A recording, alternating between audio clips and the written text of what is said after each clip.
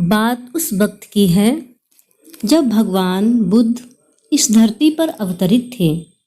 एक व्यक्ति जिसके पास धन दौलत की कोई कमी नहीं थी, जिसके पास जीवन काटने वाली पत्नी और राम लक्ष्मण जैसे 2 बच्चे भी थे। उसके पास सब कुछ था, किसी बात की कोई कमी नहीं थी, सर्वसंपन्न था।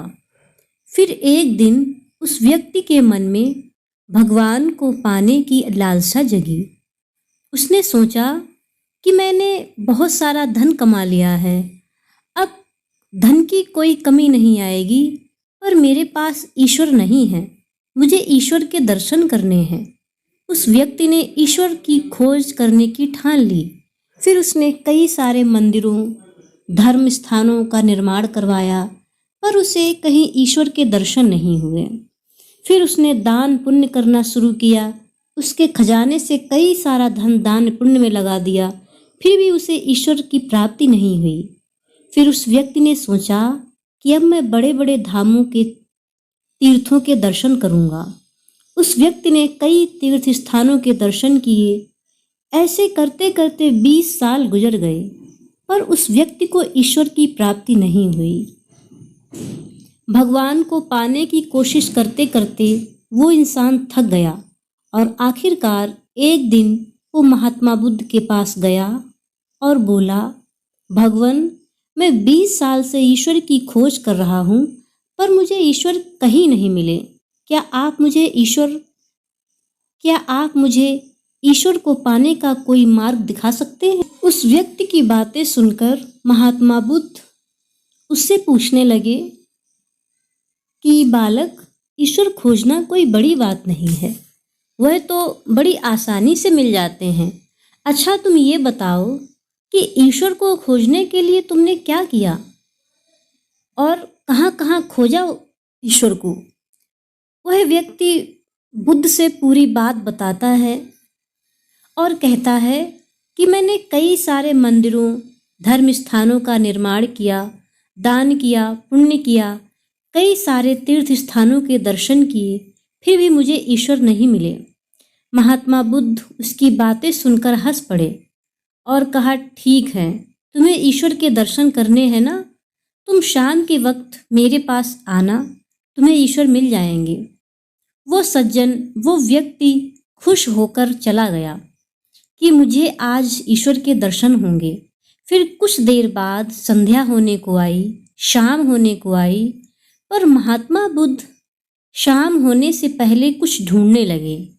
शिष्यों ने आकर पूछा कि गुरुजी, आप क्या ढूंढ रहे हैं? महात्मा बुद्ध ने बताया कि मेरे पास एक कीमती मोती था, परंतु वो कीमती मोती कहीं खो गया, उसे ही ढूंढ रहा हूँ।